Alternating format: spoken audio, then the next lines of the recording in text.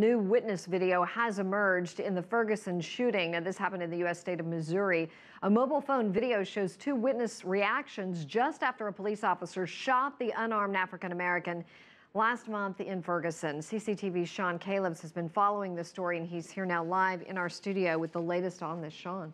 Yeah, thanks, Susan. In many ways, the town of Ferguson, Missouri has been a powder keg since the shooting more than a month ago. Ferguson is mostly African-American, but most of its leaders are white.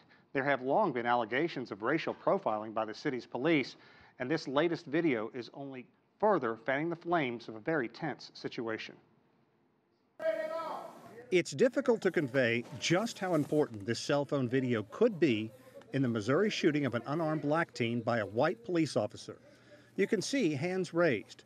What you cannot clearly hear are construction workers at the scene shouting that the victim, 18-year-old Michael Brown, had his hands up as if to surrender when the officer shot Brown 6 times. This video is of paramount significance, not because those two construction workers were not Ferguson residents, not because they were Caucasian, but because this is a contemporaneous recording of their first impressions. Brown's killing touched off a wave of violent protest in the U.S. town of Ferguson, Missouri.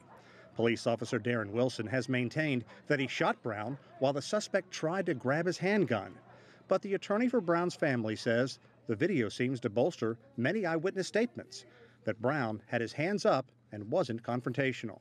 It's like a play-by-play of what they just saw, and you can't get better evidence than that other than the video of the shooting itself. Earlier in the week, protesters gathered to shut down a major interstate just outside of the town as an act of civil disobedience. Many demonstrators were arrested. Our problem ain't in Afghanistan. It's right here with these racist police officers. That's what our problem is. In the wake of weeks of sometimes violent protest, there are 2 separate investigations. A local grand jury is hearing evidence to see if Officer Wilson should be charged with a crime.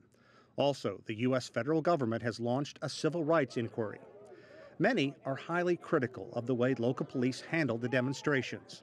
Authorities were draped in body armor, firing tear gas and rubber bullets. I heard reports and saw firsthand about aggressive police actions being used against protesters under the umbrella of, quote, crowd control, and not in response to violence. The construction workers seen in the video have been interviewed by authorities and are part of the investigation, even though the person who took the phone video wants to remain anonymous. The important clip is likely to be admissible, however, as evidence. Susan? All righty, Callebs with that report. Thank you so much.